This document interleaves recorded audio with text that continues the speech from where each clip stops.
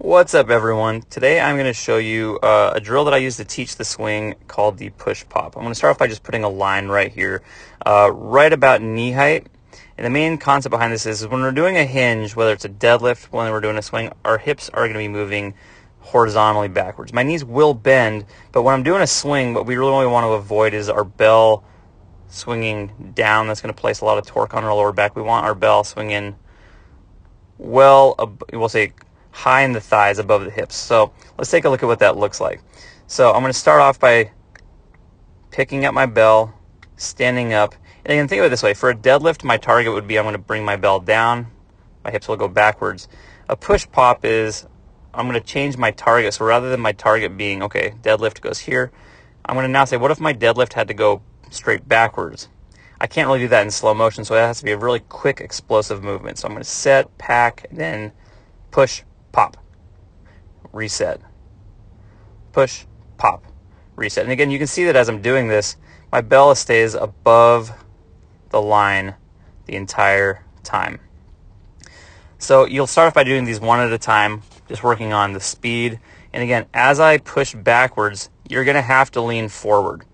I could argue that I need to be a little bit squattier, meaning my knees would bend a little bit more, which is something that I'm working on. But this is what I would say is still within the safe zone. My back is nice and straight. I have good angles, and from here I can drive through the ground and just pop backwards. Okay, so if you push your butt backwards, your chest will move forward. That's counterbalancing. We're okay with that. So let's give you, well, it's a little too high.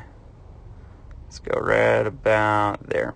So what I can do after I do my singles is I can start chaining these together. So rather than stopping and resetting each time, I can just continue my next rep right from the first one. So push, pop, I'm going to wait for it, and then continue. Push, pop, push, pop, push, pop, and I'm staying above the line the entire time. So I'm going to go for a few here now that are incorrect. Some of them are going to be harder to tell. There's a few that I tried to do wrong that I actually kind of give myself a pat on the back. I actually did more right than I thought I did, but let's run through a few of these so you can kind of look for what you should be avoiding. So right off the bat, there's a lot going on with this one here. The most obvious thing is my bell should be ending up roughly about right here. And this one here is, the first thing I do is I'm not really pushing my hips backwards at all. There's very little backwards push here. I'm just sort of letting my spine slump forward. And it's pretty obvious. Okay, my bell ended up way the hell down here. So when I do this, I usually like to straddle a box or a bench, something that doesn't interfere, with where my legs are, but that literally if I go down, I'll hit it. If you hit a box going down, okay, for sure I did it wrong. So a lot going on with this one, but to really simplify it, what I didn't do is I didn't push backwards enough. I pushed more down. Let's look for the next one. So this one's not terrible.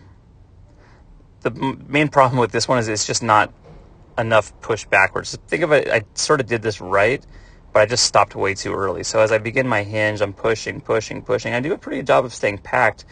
This is the one I actually tried to do way more wrong than I did. This is actually not terrible right here. But the main thing here is you can see that the bell is dipped down a little bit. I could have done a better job of driving backwards. So I'd to fix this, I'd let my knees bend a little bit more, allow my butt to go further backwards. My chest will probably move a little bit further forward. Let's continue on to the next one. Yeah, that one's just dog crap. Again, this is sort of like the first one. This is what I just call a noodle spine. Rather than me staying tight, or rather than my shoulders being packed and, positioned, I just let my spine just sort of just slump. Your spine should not be what's moving the bell. The movement should all be through hips. We'll just say hips and knees. So for this one here, as I begin my movement, the first thing that happens is you can see I'm not pushing backwards at all. I'm just falling forward. My head drops down, my shoulders relax. And again, you don't have to be a kinesio major to see that this just looks like this is not good for your body. The problem with that is that's placing a ton of torque on your lower back. Plus, when I do it in that way, rather than your hips and glutes being the main drivers, now my lower back is doing all the work, and we do not want that. Same thing, noodle spine, everything broke. That one is one of the more common ones. This one, watch my spine. My spine stays in great position here. Solid, I'm strong, right? The problem here is, that is a squat. That was just a straight drop down. You can see where my belt, it has not gone backwards at all. So I'm not in a dangerous position in the sense of my spine is not compromised, but mechanically or biomechanically, I'm not in a position of as much power as I should be. So now here, when I snap back to the top, boom, my bell doesn't even really move forward at all. If you do these right, your bell is actually going to want to take off on you. That is correct. Yeah, so what I'm going to do is I'm going to play a few side by side. So I'm going to do a few that are good, a few that are not good, just back and forth so you can see the difference. Push, pop, that one's good. Push, pop, push, pop. And that's the end of the video. So let me back this up for a second. So look at the power difference. When I hinge correctly, my belt is going to want to take off. So I'm going to put this in slow motion. Here's my push, pop, boom. The belt takes off on me. And it's actually me having to put the brakes on to keep it from going further out. When I do more of a squatty drop down, push, pop, there's no forward movement at all. I mean, you can see it literally doesn't move. The bell takes off when I hinge correctly. When I squat, it just sort of just gets stuck. So if I do a squatty swing style, really my lower back is going to be what ends up trying to do the work to really get the bell to actually swing up. And we do not want that.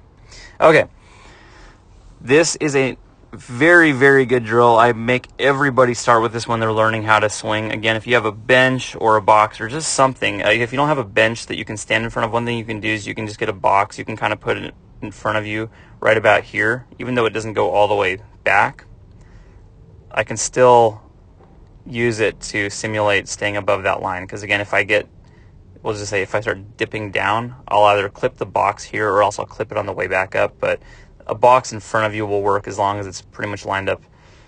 Probably I'd say closer to like right about as close as you can get it to your shins. It just shouldn't interfere with your stance. Okay. There's a lot going on with this movement. We didn't really talk about how to implement it into a program design. What I will say is this is a really good thing to just keep yourself in check with the swing. If you're learning the movement and you're like, I get a little bit of lower back pain, what's going on? This is a very good teaching tool for breaking down, am I doing this movement correctly? All right, give it a shot. Let me know how it goes.